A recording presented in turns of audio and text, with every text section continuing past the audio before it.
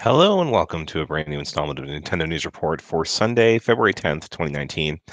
I'm your host, Donald Terriel, doing this one solo this week, mostly because I've been under the weather and therefore I've been unable to get together with the other guys to see what's happening as far as doing a full live show. But instead, I've decided to try something a little different here. I've done some miniature episodes, if you've heard the audio version of the podcast. And I have basically just done those extemporaneously, just with rough notes. But this is a little bit easier to edit in case a cough comes up because I've been dealing with a wild coughing for most of the week. So, with that, let's get right into the news here. And the first big story of the week is Microsoft, with a leaked GDC panel description that has since been pulled, revealing that Xbox Live services, which are already on the Switch in the form of Minecraft, are to be expanded. The line that was preserved by Windows Central that was pulled from the GDC description was to, quote, get a first look at the SDK to enable game developers to connect players between iOS, Android, and Switch, in addition to Xbox and any game in the Microsoft Store on Windows PCs. So, as we said, that's already on the Switch in a form of Minecraft, but this is theoretically allowing third-party developers who are making stuff for PC and Xbox and mobile to also put those things on the Switch in some form. And you have access to the Xbox friends list. Maybe we get an achievement system from the back door on the Switch finally, and maybe even allow for party chat so that you can hop into a party with somebody who's playing a Switch game and somebody else who's playing a game on Xbox, somebody's maybe watching something on Netflix, what have you. To have all that running on the Switch. Obviously, we don't know the details of how that's going to work, what third parties are going to be interested in doing something like this, but we will probably find out more of that in March because that's when GDC is. There's been some question about what they're thinking here with letting Xbox or with putting Xbox Live onto a completely different console platform. But honestly, at this point, I think if Microsoft could get Xbox Live on PS4, they would do it. Under their current CEO, Satya Nadella, who took over from Steve Ballmer in the early part of this decade, Microsoft has really gone away from the reach their tendrils in and dominate approach that summed them up in the 90s and 2000s with Windows and Office and things of that nature.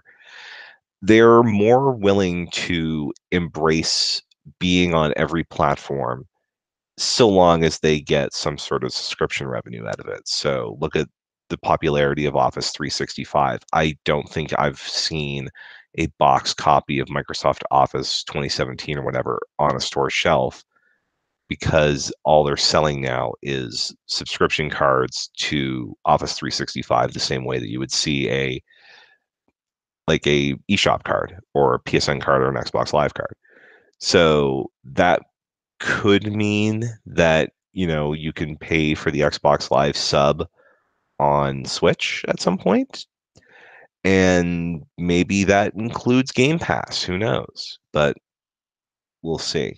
But I mean, Microsoft is literally they've shut down their cell phones platform, Windows Mobile, and on the page talking about the shutdown, which is going to happen in December, they're literally saying, "Go get an Android phone or go get an iPhone."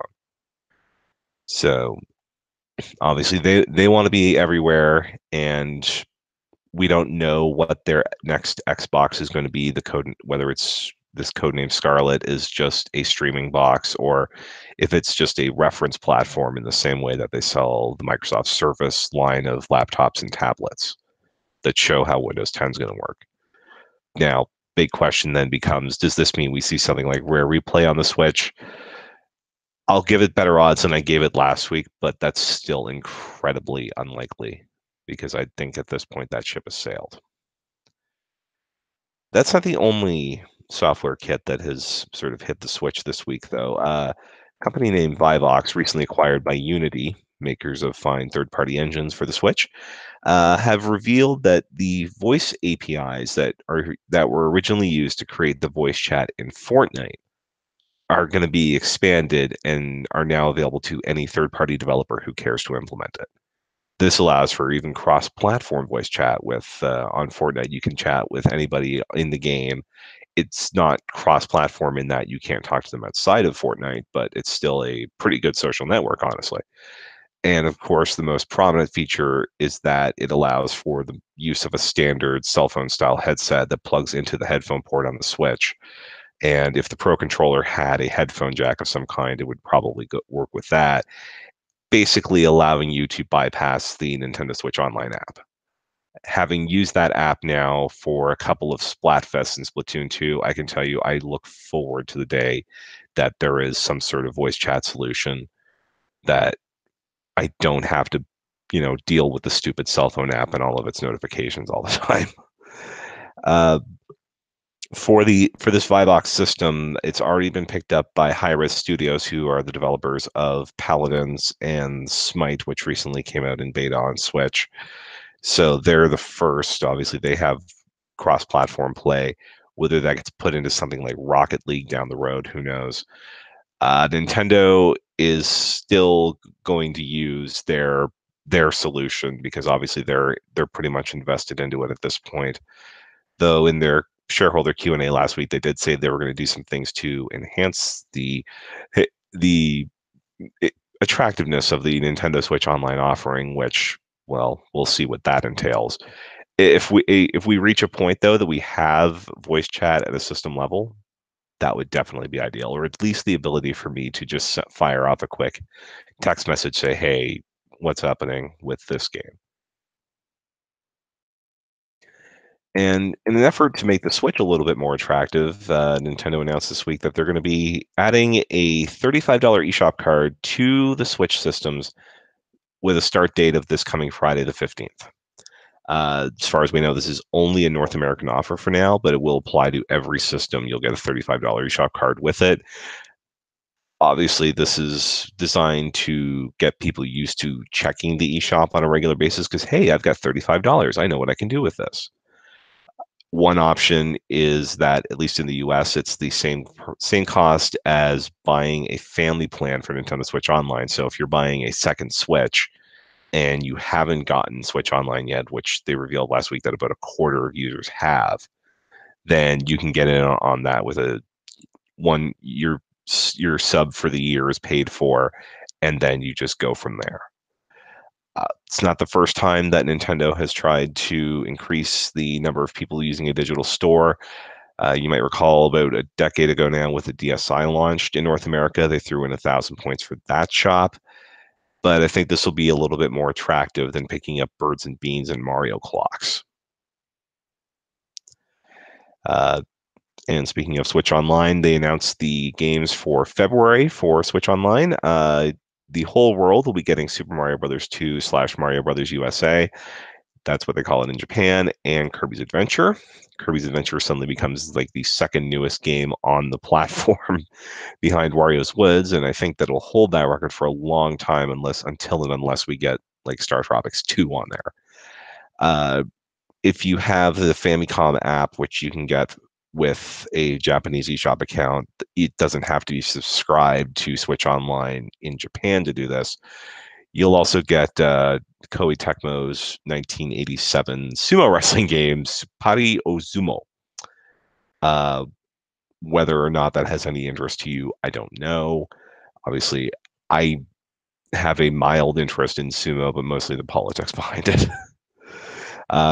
This is the second straight month that Japan gets an exclusive game, or an unlocalized game, I guess. Maybe we'll see Star Tropics 1 or 2 down the road or something like that, but I can't really think of any other major games that would be in the Switch Online service that were only sold in the US and Europe, or just in the US, as it turned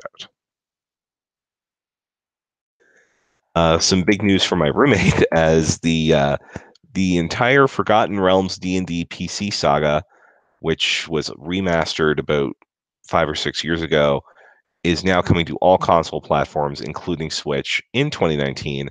So that's Baldur's Gate 1 and 2, including a new expansion for Baldur's Gate, Icewind Dale, Planescape Torment, and Neverwinter Nights. Those were all huge hits on PC between roughly 98 and 2004. Of course, BioWare, developers of such bangers as Mass Effect 3 and Sonic Chronicles: The Dark Brotherhood, were your developers on Baldur's Gate 1 and 2, and Black Isle Studios were the developers of Icewind Dale and Planescape Torment, who you might also remember from Fallout 2. Beamdog did the remasters on PC, and they're remastering them for the consoles. They'll be published by Skybound Games. We don't know what sort of release schedule we're looking like, but between all the Final Fantasy games that we're getting this year and all of these Forgotten Realms D&D RPGs, the Thirsty Mage is going to be bouncing at the seams. Looking ahead to this week, big game releases so far seem to be The Liar Princess and the Blind Prince, which we have a review up on NWR Now and also here on the YouTube channel. And that looks really, really beautiful. And they're doing something unusual with the game where it'll be 20 or $25 Canada and US on the eShop. It's 40 to 50 at retail, but includes a bunch of extra physical goodies that you would normally put in. Obviously, you can't download those. So I'll be picking it up on the eShop later this week just because I have I want to support games getting way cheaper on the eShop. So I'll pick up Fire Princess for that. Plus, it's Nisa, and they tend to have a good track record with some of their localizations. Ollie Ollie Switch Stance, for those who haven't heard, is a Switch version that combines Ollie Ollie, the skateboarding game 1 and 2 having never released on a Nintendo platform before this week. So it was always a PlayStation and PC game previously. So it's a very realistic skateboarding game. It's not Tony Hawk, but it's a bit harder. There seems to be something going on with Final Fantasy VII on Switch, and I'm almost suspicious and ready to think that that game is going to get dropped at some point in the next couple of weeks as a it's out right now thing. The chief reason among that is that Nintendo has been putting up these YouTube commercial things with My Switch Life, and one of the ads features the combination of Mario Kart 8 Deluxe and Final Fantasy VII, the port of the PC, of the PS4, etc., down the road.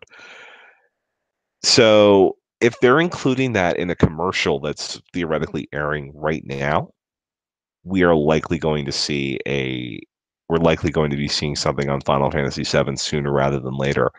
And it could even be this week, as sources familiar with the matter, and I'll say no more, have hinted that we could be seeing a midweek direct probably on Wednesday.